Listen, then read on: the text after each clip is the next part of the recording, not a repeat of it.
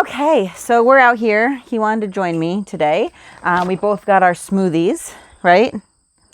And I have my mic because we're outside and the crickets are loud. Hopefully I won't be squinting too much. It's better than I thought. But I also have questions from you guys. So we can do our question and answer video today. There's a lot of questions, so I'm just going to jump right in and I'm going to try to be succinct. These are not in the order they were asked, and I did combine some or put some that were similar near each other. So I'm going to do my best here. First question, number one starter tip for new homeschooling family. Okay, so the first thing that popped into my head is to incorporate something that is fun or delights you. And when I mean you and your kids. So but you, like, not just something that your kids will find fun, but will also be fun for you, because you're not going to be able to keep it going if there's not some fun in there. I mean, I try to make as much as possible fun and delightful. Sometimes it's not always possible, but definitely have at least that one thing. So it's going to be different for each person, right? Like maybe you really like art, so try to incorporate a lot of art in your day. Or maybe you really like science experiments.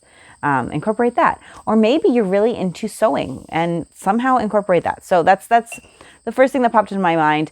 I do have a video that has tips for getting started with homeschooling. And my first tip on there, I believe, is to figure out your why. So that's something else I would say, is that if you're just starting homeschooling, why are you doing that? Because that will drive like a lot of things in your homeschool. Oh, don't want to lose my sheet. Second question, must read for new homeschool moms. Okay, well, I'm going to say The Brave Learner. Honestly, I listen to a lot of podcasts as well. And Julie Bogart also has an excellent podcast. I want to mention Sarah Mackenzie. She has the Read Aloud Family, which is the one I would most suggest for any new homeschool mom, because I just think that reading aloud is such a great way to bond as a family and teach your kids. And she also has a podcast, the Read Aloud Revival. So if you listen to podcasts, it's a great thing that you can just do while like cleaning up or going for a walk or folding laundry. Yeah, she's fantastic. And she's got a lot of wonderful episodes there. She also has a book, Teaching from Rest, that is really great encouragement. However, it is from a very religious Christian point of view. So there's a lot of talk of God in the Bible. So I know that's some of you come from that view, and so that will work really well for you. And some of you may not like that. So I just wanted to put that out there. Teaching from Rest. I've read it and I did find it very encouraging. Yeah. There's a dragonfly wing. You found a dragonfly wing? Cool. And then otherwise, I think it's really going to be different depending on what methods you gravitate towards. So if you're into classical, A Well-Trained Mind is obviously a must read. I've read that. Raising an Amazing Child the Montessori Way is a great start for Montessorians. Let's see. I'm just not thinking of a lot right now. Let's start with those.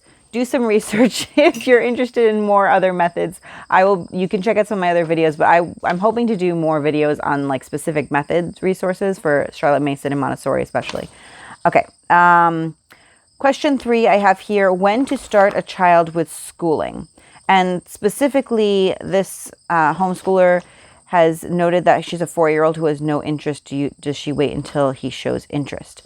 So this really depends on personality, your child's personality, and your style.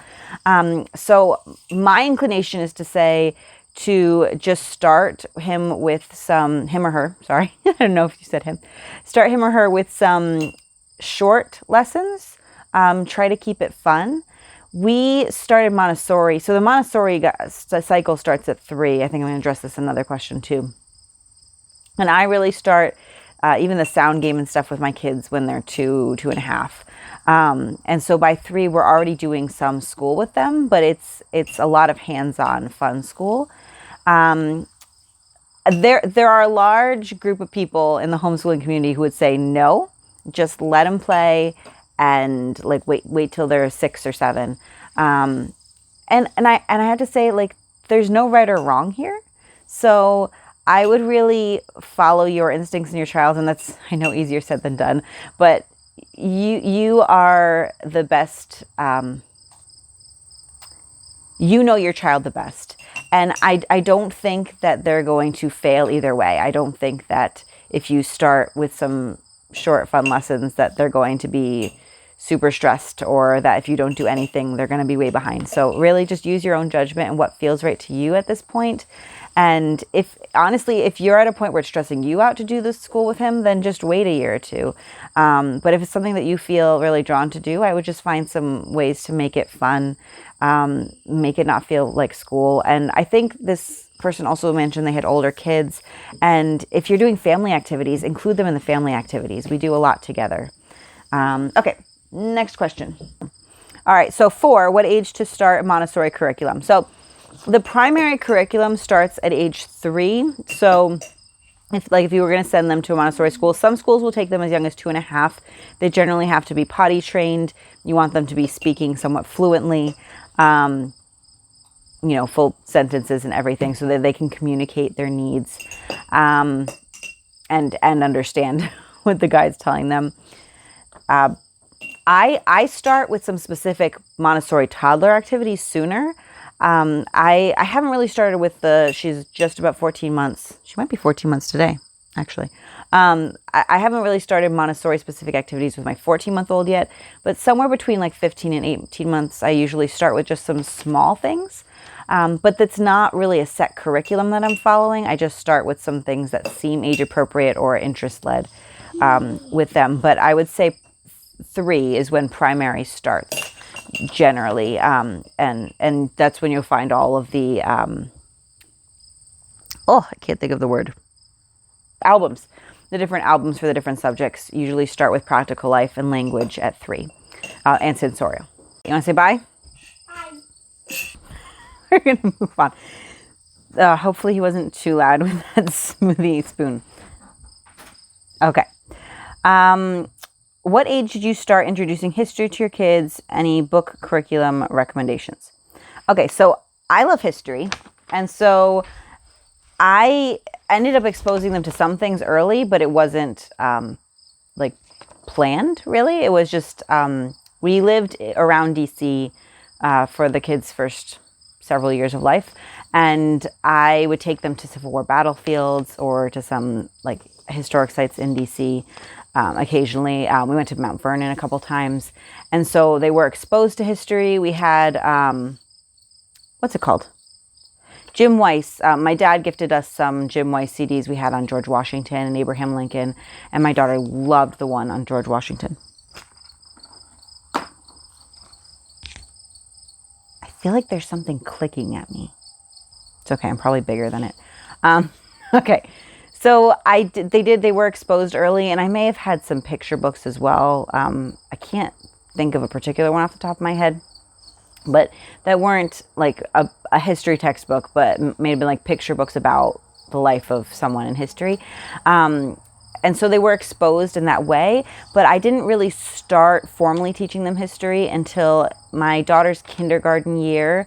We did biographies of famous Americans. So again, it wasn't a curriculum. It was just in storybook form, but I did go chronologically.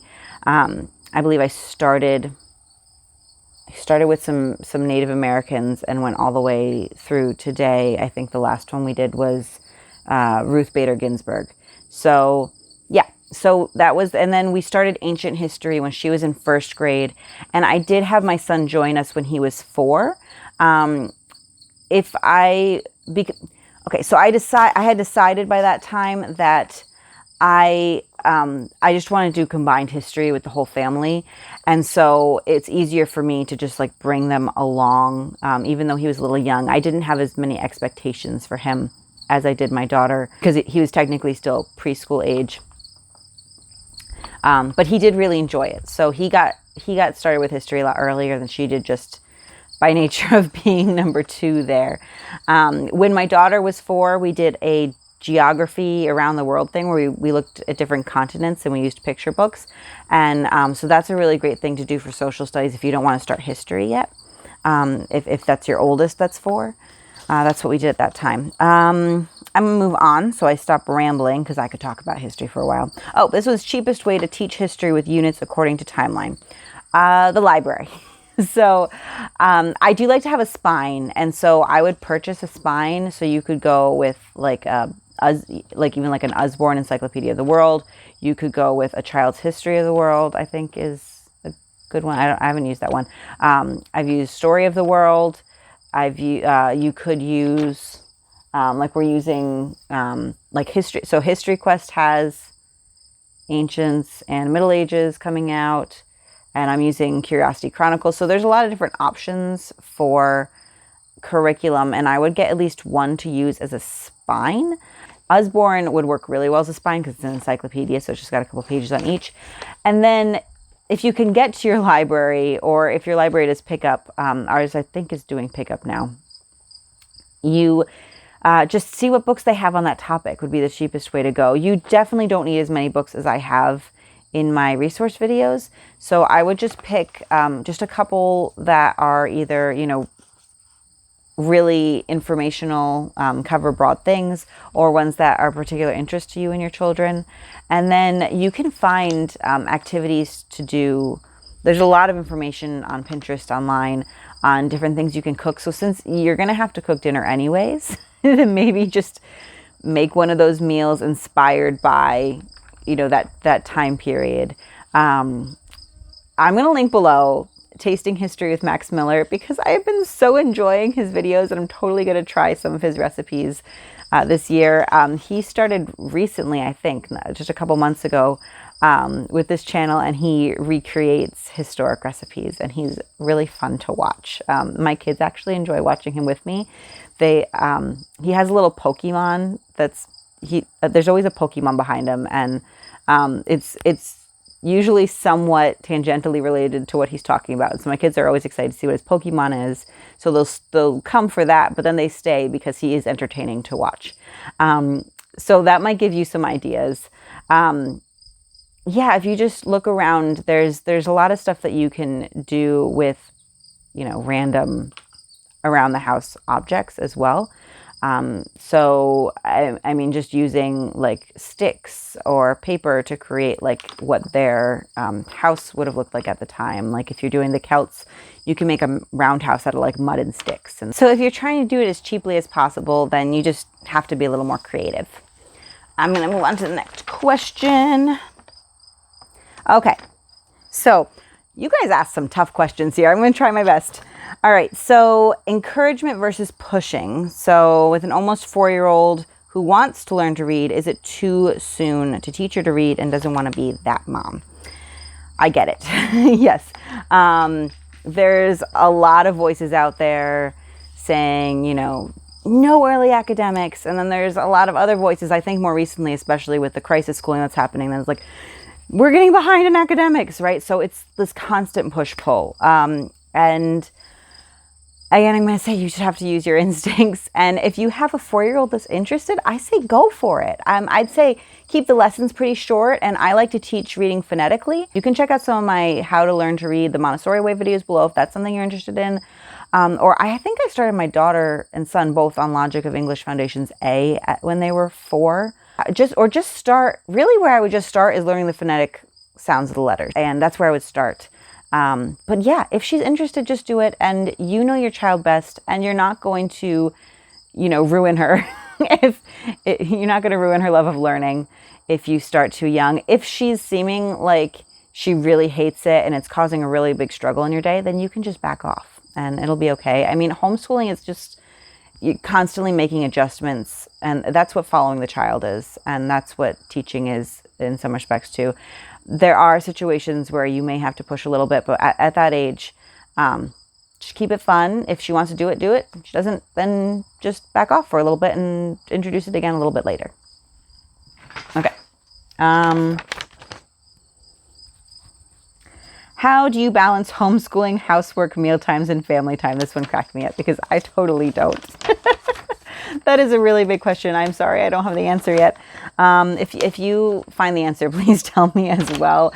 The closest I can say is I think there are just different seasons where different things get more priority than others. And so when I'm really all in with homeschooling, often the house is kind of messy and Right now, there's a lot of weeds in my garden. Grass is growing through. I'm in the middle of like 10 different projects at all times. So yeah, no, I don't have the magic answer there. There's sometimes there's days when it gets so messy that we just have to put a pause in the homeschooling and be like, okay, we're not doing what's planned for homeschool today because we need to clean this up so that mommy can function. That's actually been more of a problem as I get older, that I have trouble functioning if the space is really messy and like it gets harder to do school. So it's something that I come back to every once in a while, seeing how I can keep the house cleaner, because keeping house and keeping it clean and tidy is not something that comes naturally to me. I want it to be clean and tidy, like that's my end goal, but it's really not natural to me. So it takes me a lot of time and I'm inefficient. So I'm actually going to be trying Clean Mama system. I've just started. I like started halfway through this past week. So I'm going to wait and try it out for a bit. And then if it works for me, I might share with you guys. But that's where I'm on that. Oh, and like meal times. I try most days to plan dinners that are pretty fast, and lunches are often leftovers or something really easy. We do mac and cheese Mondays because I don't want them having boxed mac and cheese all the time, but we do the Annie's mac and cheese on Mondays because it just makes it easy. I know what they're having that day and then they're happy about it.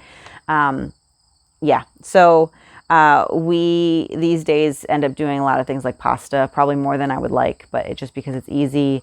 Or my husband will make hamburgers. And I try to do veggies with everything.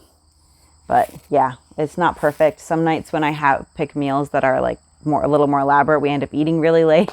So I do not have all the answers here. I know some homeschool families really rely heavily on takeout, and you kind of just prioritize certain things at certain times, right? So that's what that is. How to manage homeschool with 2 to 4 children, and how do I have time to work with both children independently? So I think those are 2 different people asking, and I combined them. So, okay. And I think this was specifically also asked in the context of Montessori, because you're presenting to a child and there's materials and you don't want them to go and mess up their materials. I've done this a couple different ways. Right now, okay, so first I'm going to start by, I have what's called individual school, which is the times when I work with each child separately on their skill subjects. Otherwise, we do family subjects. So I try to do as many subjects as a family as possible. So that cuts down on the time when I have to be kind of monitoring, helping one and making sure the other one's not either messing them up or destroying things or hurting themselves. So that helps. And we actually only do those individual school subjects twice a week. So we're not actually doing them every day. So this is like reading, writing, math. And what I'll do is I'll sit down with one and then I'll sit down with the other. There are the occasional times where one might have something that they can do pretty independently, but might need me just around to keep an eye on it. And then I'll be working with the other while they're doing that. This happened, I had my daughter doing some like review math worksheets, so I could just make sure I knew exactly where she was in our math while I was working with my son. And my son was doing the end of a logic of English lesson where he had to cut things out and glue it. And so I was working with my daughter while he was doing that. Yeah, so actually my older one tends to distract me working with my younger one more than vice versa. She likes to like crawl around and make animal noises. She wants attention, right? It's actually helped to have the baby. The baby's just running around sometimes. Sometimes she's sleeping. Sometimes she's running around. And I just try to keep an eye on her and keep her contained in an area where I can see her. And actually having the baby has helped with my older one because she'll play with her instead of messing with us. But I know that having another child isn't really the solution I'm suggesting here. So I would try to come up with things for her to do specifically, not necessarily school related, while we were working. And then as she got older, I really did just sometimes have to have a candid conversation with her and say, hey, I'm working with your brother. You're going to need to find something to do for right now because you're distracting us. And there's been a handful of times I've also said that to my son, who's now 5, that, hey, I'm working with your sister. You're going to have to find something to do right now. And honestly, I think that's probably good for them to understand that like, you'll get your mommy attention. You need to let this child get their mommy attention. It's harder when they're toddlers, and that it was like a, don't touch your siblings' work, and very hands-on, keeping them off of it, or just timing it correctly. So if you have like a toddler that gets into everything, I often am doing individual school with them. Ooh, that was a really loud motorcycle.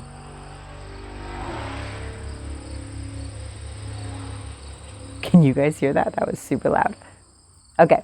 I'm often, she's often on my back. So, usually for like our morning school and our afternoon school, she's down more and more during the day now. She's 14 months. But I like to have her try to take a morning nap and an afternoon nap, and we do both of those while she's on me. And so she's contained.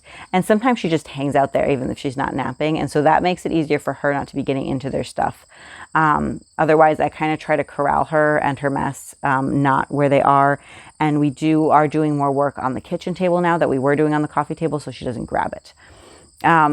I hope that's answering your questions. I've had times in the past where I had two doing Montessori math, for example, where I would usually start with the older one because theirs usually took longer, and I would present theirs and then have them work on that and then present the other one. So they were both working simultaneously and I was nearby, kind of like how a Montessori classroom would be. That may or may not work for you depending on your ages and your setup. So yeah, I hope that answered the questions there. I do have a video on homeschooling with little ones, so there are some more tips in there, so I can link that as well. Let's see. Oh, and I talked about how do I handle situations where one child interrupts the other's play or work. Try to distract them and or just say, you're distracting, please stop. Things like puzzles and stuff are good to give them, or something they're interested in, coloring books, things like that can be helpful in those situations too. I'm going to move on. That was long. Do you allow your kids to pick what they want to learn about? Yes. So not everything. Not everything is kid chosen, but I do ask them what they're particularly interested in learning about before or while I'm planning the year. And that's how we came upon the science we're doing. I honestly would just have us be doing nature study and some units. And my daughter is really interested in animals and becoming a veterinarian one day. And so she really wanted to do a biology curriculum. So that's why I looked into it and found the Real Science Odyssey Life curriculum that we're doing. So she chose that. I think my son just wanted to do art, which I was already planning on doing. He was just kind of vague about it. So he likes to paint. I think I'm getting ahead of myself. There's another question, which is, what are your kids' favorite subjects and what do they ask to do more of? So my son often asks to do more art, especially painting, which I'm totally cool with. It's the weekend, and both days this weekend now, Sunday, he's asked to paint, and I've just pulled out the paints for him. He doesn't usually take very long, and I use watercolors, so it's not really that difficult to clean up, and I'm happy for him to do that. And my daughter, I think, would say science. She was really excited about science this year. So I think that's where they is. They both do enjoy history, though, which I love because I also love history. So what are the children not keen on and how do you get around it? Okay, so it kind of changes. My oldest, my daughter, has been challenging in many areas throughout the years. Right now, we're in kind of a good spot. Right now, her least favorite is math. And she'll kind of whine and roll her eyes at me, but she'll still do it. So that's okay. We just go with it. And I honestly, I don't make her do that much. Again, we do it twice a week, and it's usually not that many equations. And I'm there with her, walking her through the steps. So, yeah, it's not that bad. And then on other days, we often are doing mental math. For example, we have a rule. If we're having pasta or something that we want to put like shredded cheese on top, they have to answer a math question before they get cheese. I really like this rule. And my husband and I will too. We'll ask each other. We'll have the kids ask us math questions as well. So we're all just doing math together. And honestly, it usually ends up in us doing more math questions, more math equations. And we really like to do mental math, like word problems. And so, yeah, that just happens during the week, but not in not planned times. So, Wait, so but I was talking about what they're not keen on, how I get around it. So in the past, she's really struggled with things like writing, and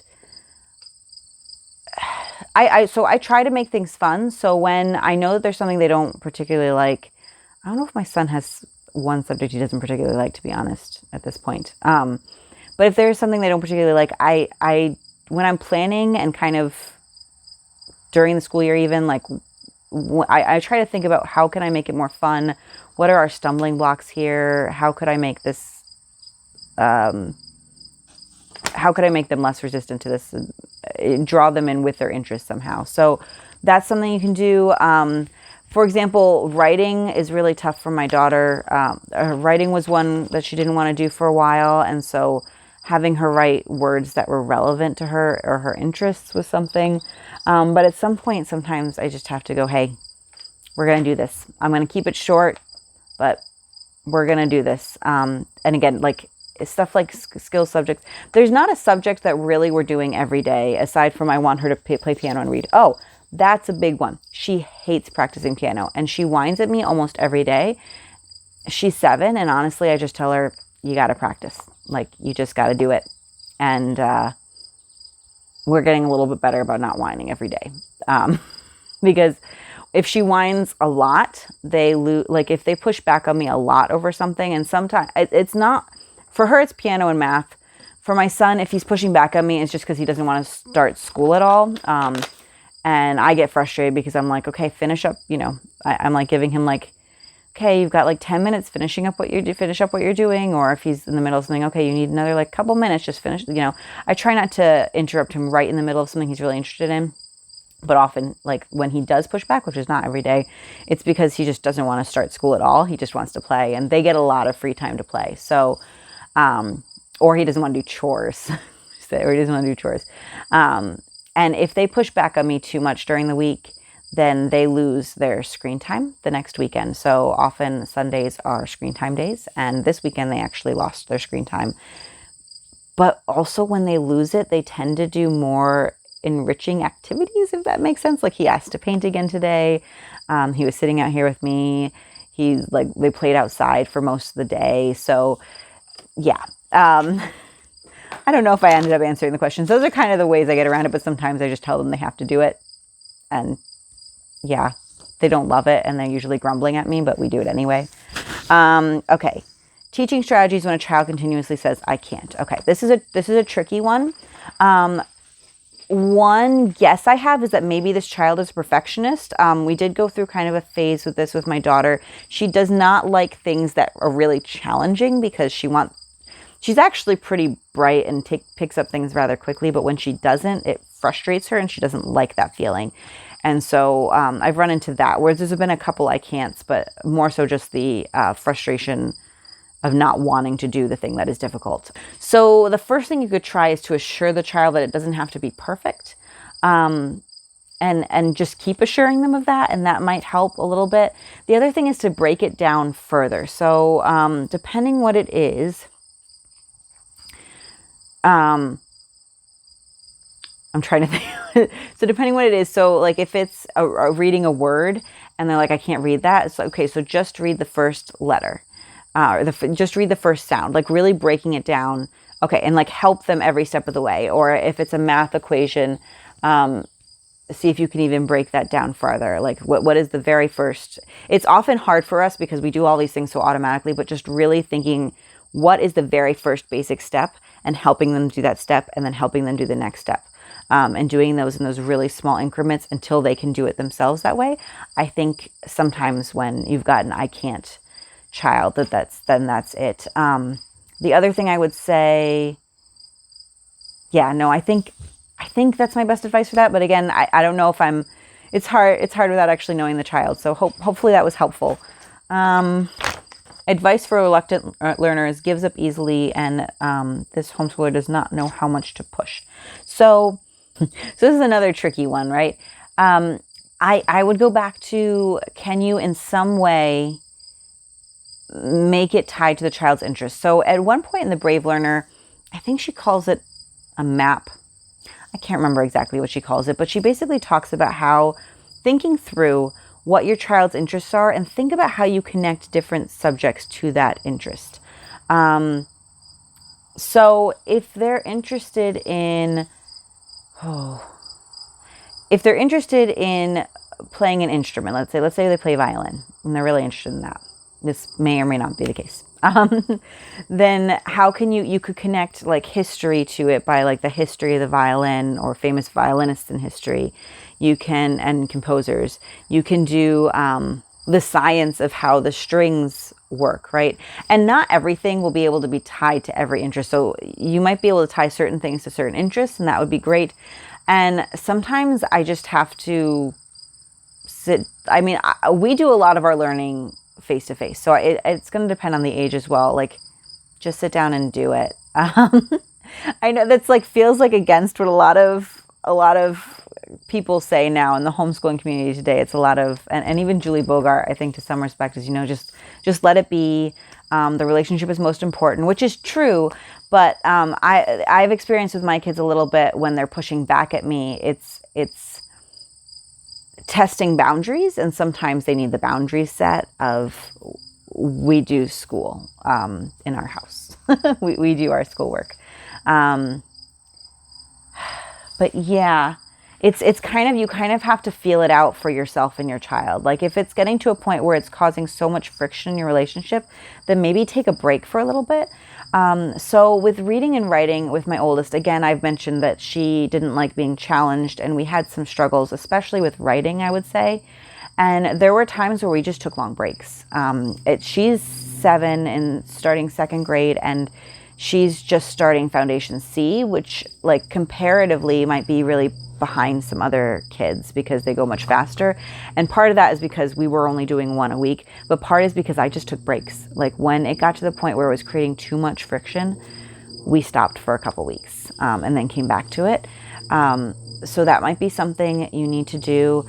And then like maybe you probably have already done some of these things, but engage the child and ask her, what do you want to learn, and how could I make this fun for you or more pleasant for you? And try to get them invested in it somehow. Julie Bogart talks about that as well, getting them invested. That's the best I got right now. I know it can be super frustrating, especially when you've like poured your heart into this lesson and thought about it and are trying to make it fun, and then they just don't want to do it. That's like heartbreaking. And yeah, hugs, I guess. Okay. If it wasn't coronavirus and I lived near you, I'd give you all hugs because I'm generally a hugger. All right. Let's see. Where was I? Oh, how do I incorporate unit studies with this Charlotte Mason philosophy? Because they can seem like they don't go together. So a couple things. First, I am not a purist in any method I do. So you're right that Charlotte Mason wouldn't have unit studies. However, I want to make a distinction a little bit between different kinds of unit studies, if that makes sense. So when I'm doing unit studies, I'm usually just doing them in one subject. So I've done them in history and I've done them in science, and I've done some geography ones. When I do that, I do incorporate like some art and activities and different things within it, but I'm just considering that like history or science. Like I'm not making our math, like I'm not doing, I'm not making their like reading and writing relevant. So it's okay. Let me back up here. So like when we were doing ancient Rome, for example, I did pull in some activities that could be considered art, and actually our art book was aimed at ancient history, but I didn't do like ancient Rome themed math or ancient Rome themed reading and writing. All the other subjects were still going along as they normally would. And I feel that I was just expanding on history, basically. I feel that Charlotte Mason, when she was against unit studies, it was more so that she wanted that broad feast, and that it's possible, and she wanted children to make connections, but she didn't want it to be all done for them. So that if you continue doing like your own, basically continuing the tracks in all the different subjects, they will make connections there, and you can make connections, but to not force the connections, I guess. I'm not sure if that makes sense. That's kind of what my thoughts are on it. But again, I'm not a purist, and honestly, I think that the way that Charlotte Mason technically taught history is not how I want to teach history anyway. She didn't really teach world history. She didn't think we really knew as much about the cultures, and so therefore shouldn't teach it. So she focused on English history, and then I think she added in like French and European history. And then I think she did like an ancient history later. So she had several different streams going on. But yeah, she didn't teach like a full world history, which I think is important. The world looks so different today, so it's really hard to try to exactly translate what she would be doing today. Okay. How do you feel peace in homeschool decisions? And this was in the context of blending conflicting styles, because I do pull from Charlotte Mason, Montessori, and Waldorf. And how do I find confidence in my choices? Okay, so I do a lot of research and I put a lot of thought into it. And so,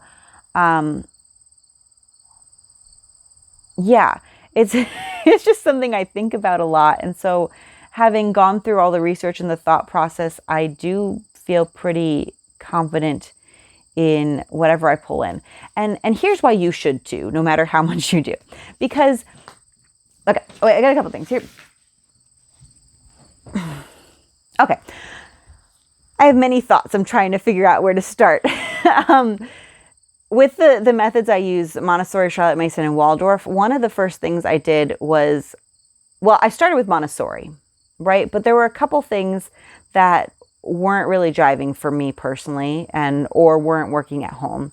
And so I did kind of expand. I was really drawn to some of the aspects of Waldorf, and then a little bit later discovered Charlotte Mason. So one of the things I would do is look at what they all have in common. So there are a couple things they all have in common. Nature and natural objects. So all of them, if they had the children having any toys, they'd be made of like natural open-ended materials. If they have them spending a lot of time outside and in nature. So that's like a big common thread. They have them exposed to lots of language when they're young, words and songs and such. Now, Montessori would go more on the book side, and Waldorf would go more on the just storytelling without the books.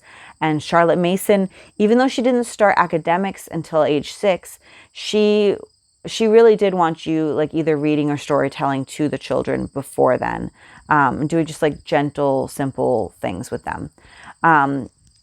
So those all work together, and having a beautiful environment for the children. So they do obviously differ in areas. Charlotte Mason started later. I think it jives really well with doing Waldorf when they're younger and then starting Charlotte Mason, because Waldorf doesn't start academics until older. So if you do like the preschool, kindergarten, Waldorf style and then move to Charlotte Mason, I don't really think there's much of a conflict there. But there is a conflict between Montessori and the Waldorf or Charlotte Mason there, just in that Waldorf is very like fantasy play based, and Montessori at that age from 3 to 6 is very scientific structural based. Not that you're teaching science, but like the sensorial items are all based on science and on the decimal system and such, and the base 10. So yeah, there is a bit of a conflict there. Here is a big thought that I had, and that is that there are children that go through each of these philosophies, and there are children that go through other philosophies in traditional school, and mostly they're all fine. They're all fine. I don't, no matter what method you choose, there's going to be some flaws and regrets, and there's going to be some wins and some things that you felt went really well, and that's just the nature of it. And so I don't really mind mixing and matching, I guess, for what feels right to me and my family. And I might not mix and match it in the same way as you do, and that's okay too. I really feel like our kids will be fine. Our kids will be fine. You're here and watching my videos probably because you care. You care about spending that time with your kids. You care about what they're learning and how they're learning it. And that to me seems like the most important thing. And then whatever you choose to whatever you choose to do from there, it's going to be okay. And as homeschoolers, we can adjust as we go. Like, we're not tied to a textbook or a certain method like they are in a traditional classroom. Like, if you're a Waldorf teacher, you got to keep with Waldorf for all those kids, right? Like, that's the only way to go, even if you might have one that doesn't do as well. And same thing with Montessori. Like, there might be some kids that do better with one or the other. And as a teacher, you can't be like, oh, I'm going to adjust my teaching strategy for that. But at home, you can.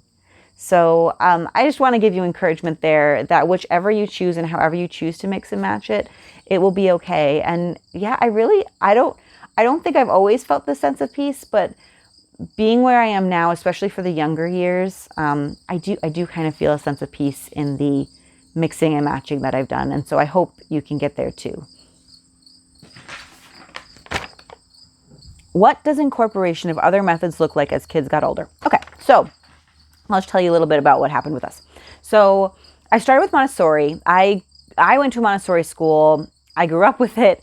My sister's a Montessori guide. My parents have been on boards of Montessori schools. It just was like a natural thing for me. And one of the reasons I started homeschooling was because I wanted to give my child a Montessori education, and I really couldn't afford to send her to a Montessori school, in combination with there was a couple of things I didn't agree with. So I decided to do it at home. And I love doing that. And I love all the Montessori stuff for the younger kids. My two oldest both really enjoy being read to. So, and reading aloud, I mean, you're supposed to read and stuff with the kids with Montessori, but it's not emphasized as much as it is in something like Charlotte Mason. And so Charlotte, as she got a little older and she just wanted to be read to more and more, and I felt that I could bring more subjects in through reading to her, I discovered Charlotte Mason. I love to research. I was looking at what other homeschooling families are doing, and I came across this, and I just kind of tried to find as much information as I could. So that's what I did. The one thing I haven't done yet that I really need to do is actually read Charlotte Mason's original books. It's on my to-do list to buy. I think I want to get Simply Charlotte Mason has a nice set with like big margins you can take notes in. So one day I will get those and read through them all. I don't know if it's a project I want to take on at this moment. So it just kind of happened organically. There were subjects that we weren't really doing in Montessori style as much that just lent themselves to doing with Charlotte Mason. So it started with, we were doing the Montessori subjects of, sensorial and language, and then we started math. We had been doing practical life, and then we started adding books for literature or short stories, things like Beatrix Potter and James Herriot, and then some longer things started working their way in, and I started doing some artist study and composer study with them, which looks a little bit different for the younger years than it does as they get older, but I've kind of stuck with the same foundation of, I found, picture books on those artists and then showed them their art. And then as we went along, I learned to also incorporate, maybe they doing some art projects that were inspired by them. So that kind of evolved that way. Same thing with composer study. And nature was something that was just really organic for us. We would go on a walk pretty much every day. Now my kids just run around outside every day.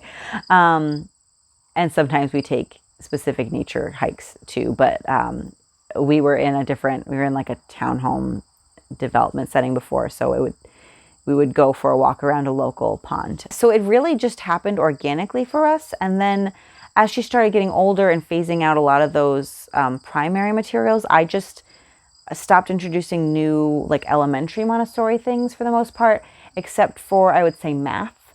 Math, I still use the materials I have for, and I don't have all the materials, but she's using the stamp game for right now.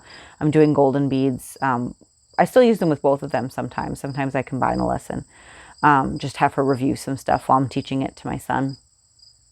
And also, I think I'm going to come back in with some of the grammar stuff. We didn't end up doing the grammar, which they start in primary and I think continues into elementary. I really like the idea. Ooh, there's bugs on me.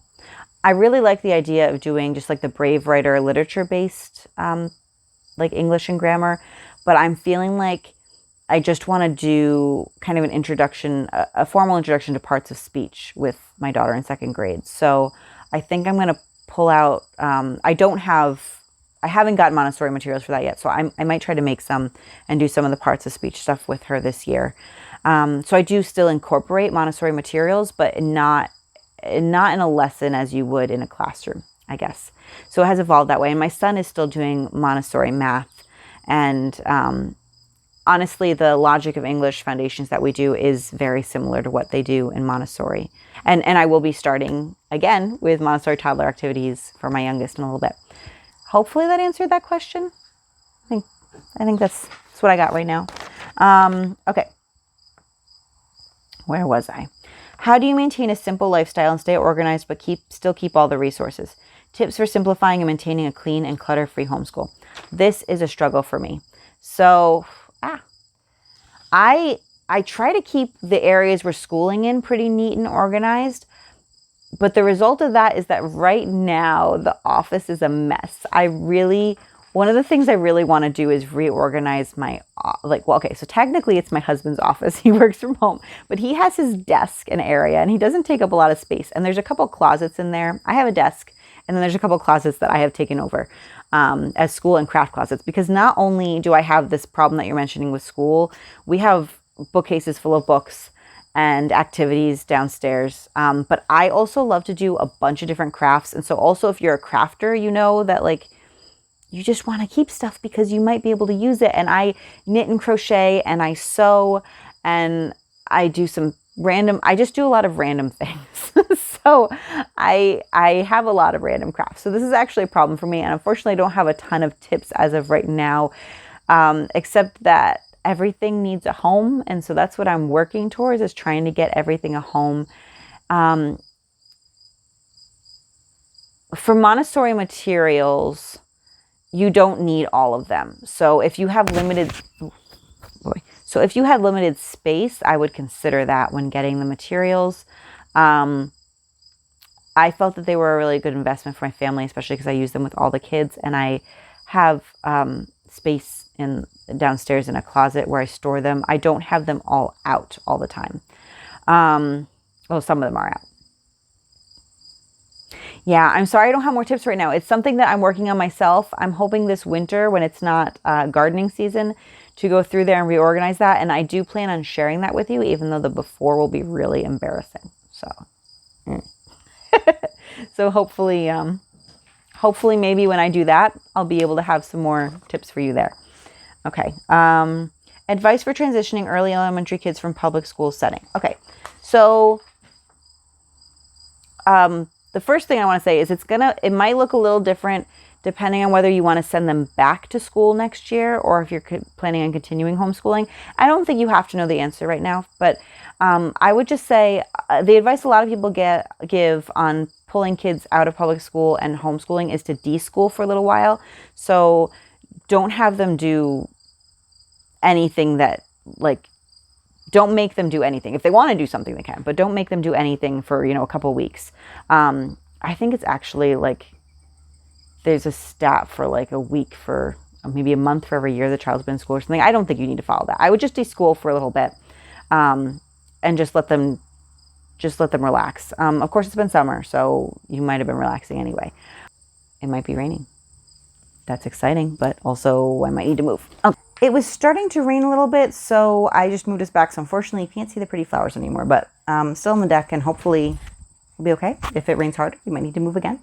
Where was I? Okay, I think I was just answering the advice for transitioning elementary kids from public school setting. Okay, so I had talked about de-schooling a little bit and just kind of chilling. I think what I would do is just start with some core subjects, start with reading, writing, and math, and then add in other things as you want. Don't start with everything all at once. And also just go through the steps of why are you homeschooling? And I'll link that video if it's not already linked. I'll link that video. I would go through the steps. Even if you're just going to do it for 1 year, then your answer is I'm homeschooling because I don't want to send my child to school with a mask and in this situation, and that is your answer. Then you just want to make sure that you're teaching, that you're getting the kids learning what they would learn in school. And I do say, like, it won't take as long as it does in the classroom. So, you know, don't make them do an hour of math a day. That would be my advice, is try to make it like more like easier and more fun. And like I was telling in the like I said in the first question, try to find something delightful to do so that it's not just rote, like, you know, and ask your kids, like, what do you want to learn? And try to include that. Yeah. Okay. Resources for bilingualism and what language to homeschool in. It is so cool that you are teaching your kids both languages. I kind of wish that we were doing that, but neither my husband and I are completely fluent in another language. I don't really have a good answer to this, though. I'm sorry. I think I would continue teaching some subjects in the language. Was it Portuguese or Spanish? It was one of those, I think. In the language that you're speaking with them. Like, I think things like math and such can be done. I think part of it depends on what books you want to read. I think you could do literature in both languages. I would do a lot of the literature in the original language, I think. And then are you going to teach them to read and write in both languages? I would just start with one and then add the other. Yeah. I'm sorry I don't have more on that. I really think it's super cool that you're doing it, though. Let's see. Do you plan on continuing on with Logic of English Essentials and they would like a flip through? So I'm actually not. So I do really like Logic of English Foundations. What I know of Essentials, it's like a lot more. I don't know if that makes any sense. It's for older kids, and so there's more to it. And I really want to go more with the like Brave Writer, literature-based things. I just wanted to give my kids literally that foundation in the reading and writing. If we need it in the future, I might look into that. But I'm tempted to do a shorter grammar curriculum when they're a little bit older and just like throw it in like 1 year when they're a little bit older to like get all of that and then like review it every couple of years instead of having to do grammar every single year. But if I change my mind and I do get Essentials, then I will definitely do a flip through. If I change my mind and I do get Essentials, then I will certainly do a flip through for you. Okay. How do you find books? Resources for used books, website to find books and craft ideas for unit studies, and favorite companies for websites for unit study activities. So those were a bunch of different comments combined. Okay. So, finding books and used books. So well, the answer is kind of the same for books and resources for unit studies and otherwise. So I like to look on Pinterest. I like to look, I Google search and look on homeschoolers' blogs. I love to watch other YouTube channels. One I will highlight is, I don't know what that was. One I would like to highlight. I think there's a baby making noise. One I would like to highlight is Hannah at Pepper and Pine. I will link her. She has some amazing videos with lots of resources in them. And she was my inspiration. One of the reasons I started making the resource videos that I make for you guys, because I found it so helpful to see them and to see them all together. And I take all the notes, and I still take all the notes from hers as well. And then I actually utilize Amazon. When you go to one of those books that I found another place, they'll often underneath give you like related books or like books that other people bought when they bought that book. And that has kind of helped me go on this like down rabbit holes and like expand a lot. And then I don't necessarily get all those books. And if I do, I don't necessarily get them from Amazon, but it helps me start with a list that it helps me expand the list before I then narrow it down. And I also really like their look through feature where I can look through the book. You can also look on Goodreads. Often you can like type in a subject and there's, lists of favorites and there's reviews that people have given. So that's another really good place to look if you're looking for certain books and on certain topics. or if you're not sure about a book and you want reviews. Let's see here. Oh, used books. So I like using thrift books. So, first you can go to a used bookstore, but right now that's not often an option. And to be honest, I don't often have time to just like browse all of that. And I'm usually looking for something specific. So I will often, when I'm shopping for books, I will often on my computer have several tabs open. I'll have Amazon. I will have thrift books. I will sometimes have Barnes & Noble. I want to say like usedbooks.com, but I'm not 100% sure on that one. So I'll often have several websites open and I will look for all the books and see, and for Amazon looking for used, and because they also have like used, you can buy used books through Amazon. There's like a little, I think it's like a little blue link underneath you can click on. And I will go see where they have it and where it's cheapest. And when you're doing it on Amazon, be aware that there is a shipping fee. So it's usually like $3.99. So I always add that in, just so you know, to figure out which one's the cheapest of the used books. Amazon sometimes also will tell you where it's coming from. And so if they do that, I lean towards the ones that are closer to me, even if they might cost a little bit more, because then I'm reducing my emissions in getting the book sent to me. It makes me feel a little better. So that's where I mainly find used books. But when there's not a pandemic, I think it's also super fun to go to used bookstores, thrift shops, whatever. I did find the Country Diary of an Edwardian Lady at a Goodwill. I think that was an awesome find.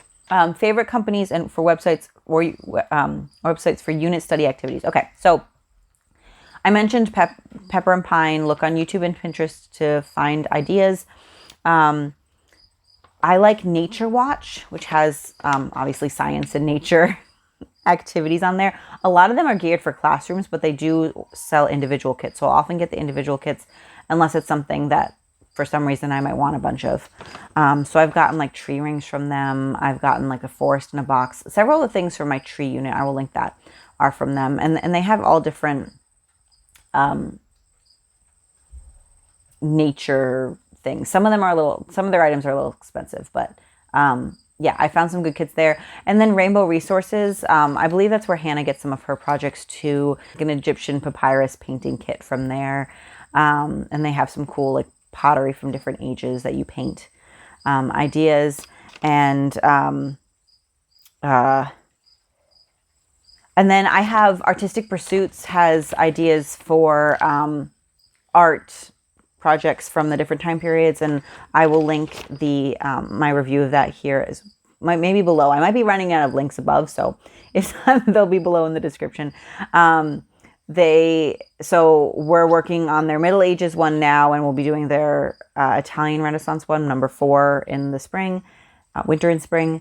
And we did Ancients last year. So they have like by time period. So if you're doing historical unit studies, those are really good to incorporate. And then I would say if you're doing, sometimes the crafts we do are kind of Waldorf-y based. And if you're doing something that's like a Waldorf-y craft, A Child's Dream, Nova Naturals, and Bella Luna Toys all have great craft supplies. I think A Child's Dream has the most. But yeah. Okay. Do you focus, we're almost there, 3 questions left. Do you focus on life skills? And if so, how do you incorporate, and what do kids do most of? Okay, so I do. So I have them start with practical life activities when they're toddlers, and these are Montessori based. And so these include things like sweeping and buttoning, and there's also transfer activities like pouring and scooping. So we start with those very basic ones, and I do have the kids do chores. And now this is not something that I've been as consistent about as I want to be, but that's basically their life skills. And I mentioned before, I am creating a life skills binder. I am working on it, and when it is complete, I will definitely share it with you, because I'm really excited about that. But for example, right now I have them do morning chores of helping me sweep under the table because the baby makes a mess every meal, and wipe down the table, and then they're supposed to make their beds, and we're always picking up. So that's probably what they spend the most time doing as far as life skills, is helping pick up. And I'm trying to teach them other skills as we go. We're going to be working on cleaning their bathroom. I mentioned earlier in this video, I'm going to be trying to do some clean mama stuff. And so I'm actually going to incorporate the kids into it where I can. Not in everything, but where I can. And let's see. Oh, and we also have we also get radish kits, and that is like cooking for kids, and we really like those. We don't do those as often as I want to because they just, they have taken a lot of effort and energy on my part in the past, but I think as my daughter's getting older, she can do more and more herself, and she's excited to do it. So we're going to pick it back up again a little bit. And she's got some goals for herself for cooking this year. So she's going to be working, I think she said she wants to learn to make mashed potatoes, apple pie, which she's done once before in her radish kit, but she wants to like be better at it. I forget the other thing she said, so I'm going to have to ask her. But yeah, I can link to them below, and I might do a review video on them as well. That is a life skill that I think is important for them to learn. So they do some helping with the cooking as well. And I also bring them out into the garden with me. They have their own little garden spaces, and I try to get them to do as much of it in their spots as possible. Like I don't water theirs. I don't weed theirs. I initially helped them with like initial weeding and planting. I helped my son more than my daughter. She's able to do a lot on her own this year. But yeah, so that's also a life skill that we're doing. But I think most is like picking up and generally learning to clean. And I hope to do more as we go on. Let's see. Socialization. This one makes me laugh. So, because this is a question homeschoolers get asked all the time. I'm not really worried about it. I have a lot of different thoughts. I'm trying to think of how to organize them. Okay. So I think when people think about socialization, what they really are asking is like, if you think about it, the socialization kids get in school is learning to stand in line, learning to like sit quietly, raise your hand to ask a question, things like that. They are socializing with their peers technically, but if you think about it, it's only really supposed to be during like breaks and recess and lunch, not during the bulk of the school day.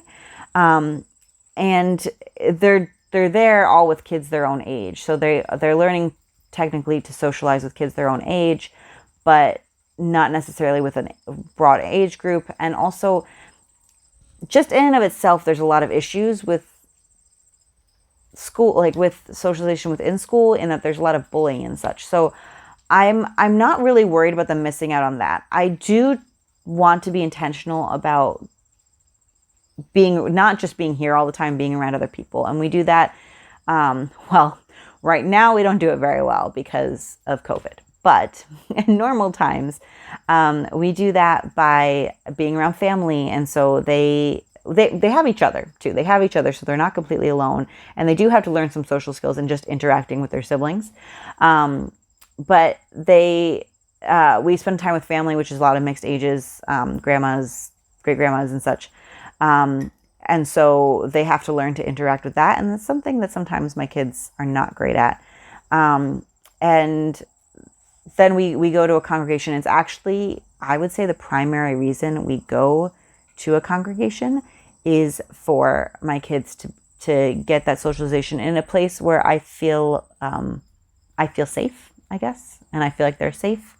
And hopefully we'll be able to get back to it soon.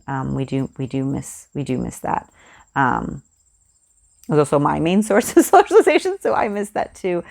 When we were in Maryland, not only did we attend a congregation, but we also had friends, just other homeschool friends that we'd hang out with, and then you have the mixed ages too, which I think is just really great. So for me, socialization is more, can you go to a store and have a conversation with somebody? Can you interact with other people in a kind and respectful manner is really, really all I'm asking.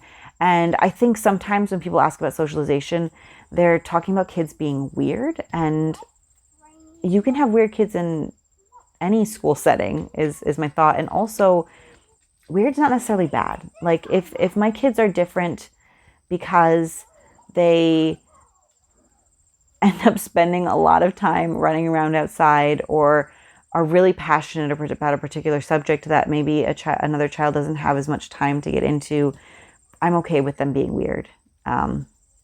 or if they're weird because they're one of the few kids that are standing up for somebody or being kind in a bullying situation, I'm okay with them being weird. So I think that might have been a little more than you were going for, but those are my thoughts on socialization. Yeah. Okay. Last question. Left this one for last. What is life like in Vermont? I would say it's quiet. Obviously I have some things to compare it to, but not a lot. So I grew up in Connecticut, which is also in New England, and I lived for about 10 years in and around the DC area. And so we're in a pretty rural area in Vermont as well. Most of Vermont is pretty rural. But we're not in like we're not in Burlington, in the main where most of the people are. So compared to where I grew up and in DC, there's just a lot less going on. Where we are now is the first place that we've lived where we can't get delivery. We can get food delivery, and we can go get takeout, but there's very few places near us. So that's different. That was purposeful on my part, although some days I really regret it. Really do miss some of those deliveries. So yeah, I would say compared to other places, I miss some of those good restaurants. And not saying there are some really good restaurants in Vermont, and a lot of them are like farm to table, and I really enjoy them. But where we are and in our stage of life, we just can't go out to them as much. And what else? It's beautiful here. I mean, I think every place has its beauty. I really wanted to be more in nature. I wanted to have all my plants. I wanted my kids to be able to kind of run free.